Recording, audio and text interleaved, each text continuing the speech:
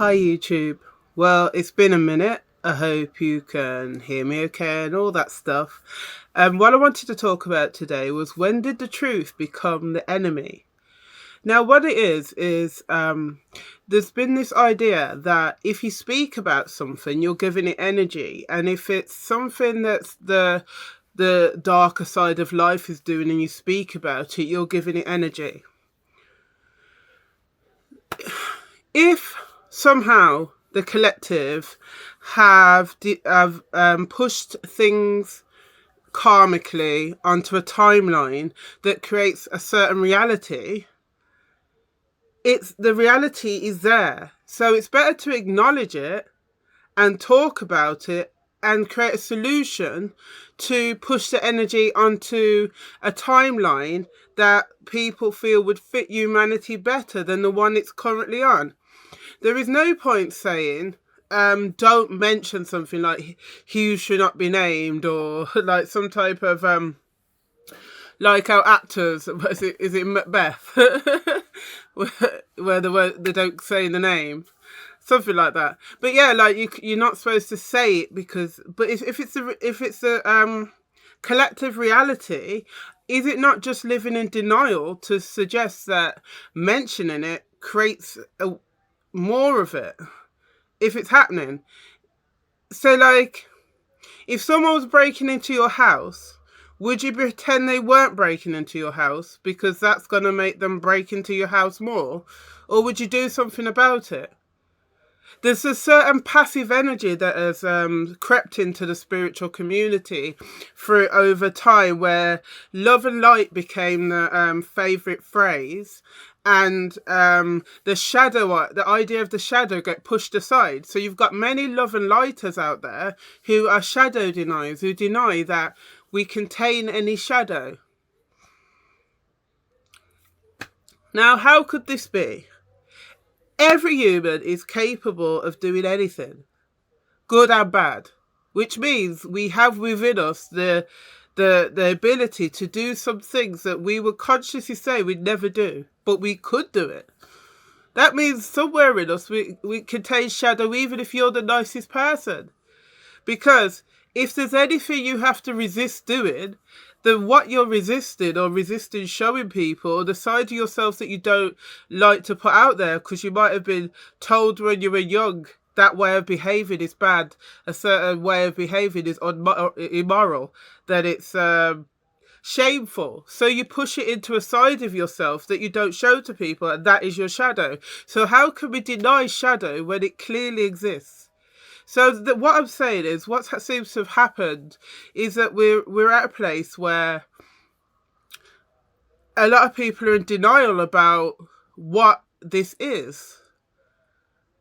At the moment, there's a lot of this that's a shit show. It's hard to like comprehend a lot of what is going on in life. Now, there is a lot of things that are distractions, but you've got to feel through that with your intuition. Feel through it and see if you feel like something is just there and set to distract the collective, distract the spiritual community, because obviously there's plants in the spiritual community. There's a lot of false prophets. There's a lot of people just trying to lead people down a different route. Some people call them shills.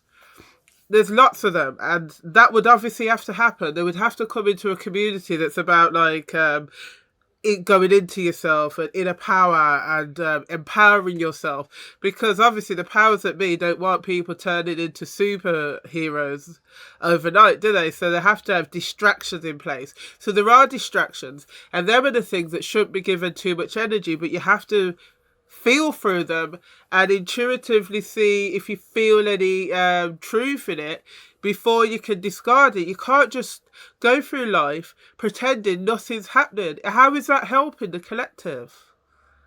You've got to know who and what your enemy is. We've got to a time now where we've got to be spiritual warriors.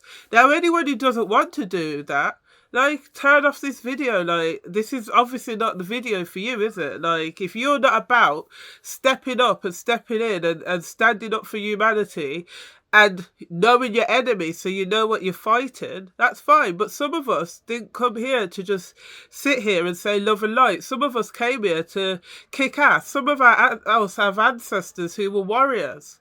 Some of us were warriors in previous lifetimes, and we've come back with that warrior energy. We didn't come back here to sit back and say, let humanity get screwed over, it doesn't matter. There's a timeline that we're on, and that has to be shifted. And it's being shifted, but by people being real.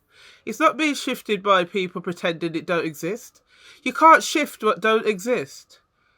So it's the people who are putting the energy in every day to visualizing the other timeline, to pushing the narrative towards the other timeline, to see what timeline we're on, to know what platform they're going to take off from. The people who are denying the timelines and pretending they don't exist are not helping.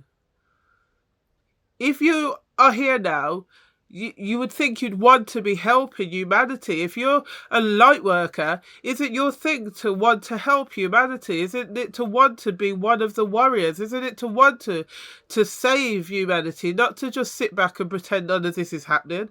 Like, even that then becomes like cognitive dissonance. I don't understand. But truth has become the enemy. I've seen people talking about the truth of it, and then there's all these people who always come on their posts. Oh, if you're about light, what are you talking about that for?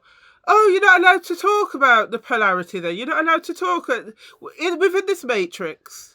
There exists duality within the matrix. People call it the illusion of duality because it only exists in this matrix. But we live in this matrix. So we will understand that duality exists within this matrix. So if we don't accept that there's a polarity to everything, how do you ever find the middle ground? Now, a lot of times in life, we should try and be living in that the center point. Some people call it the 0 point. We should be there. But you can only know the center point if you've known the extremes of the other. If you know that where the sides of something are, you know where the middle of it is. But if you deny the other side, how can you ever get to the middle? You'll never really be in the middle. You'll be in some wishy-washy area. You wouldn't know water is warm if you'd never felt water be hot. You think warm water was hot, you would be incorrect. So, this has really got to stop now. People have really got to start getting some grit. Why wouldn't you want to have some grit? Why wouldn't you have some fight? Like, do you think we came here now to just sit there and be passive? I was watching a live yesterday. I think the lady's name, the Dragon Oracle on Instagram, might be more to her name. But she was saying, basically, in this world, what we do is a lot of humans just want security over freedom. So they won't risk anything. They'll just allow themselves to be kept locked into the way of this matrix, the way it's set up, that we're not empowered. We're just, for the sake of security, we have no freedom, no mental freedom, no spiritual freedom. And as we've seen in the last year, no physical freedom either, when they're telling us what we can do and telling us what they can do with our bodies. Where's the sovereignty in it?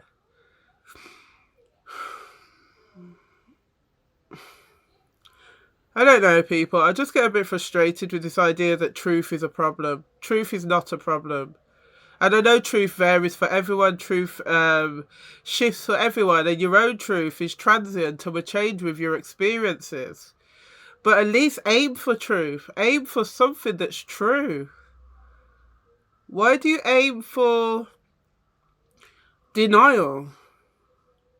Denial is not only a river in Egypt. No, why do you aim for denial? Why would you not aim for truth? Truth is powerful, truth is empowering, and truth is a place where you will find the most freedom. The lies is what hold people down and keep you chained, a prisoner. You have to try and get away from the illusion and get into reality, and then you will find the freedom and sovereignty that you should have as a human. That is all I've got to say today. Namaste.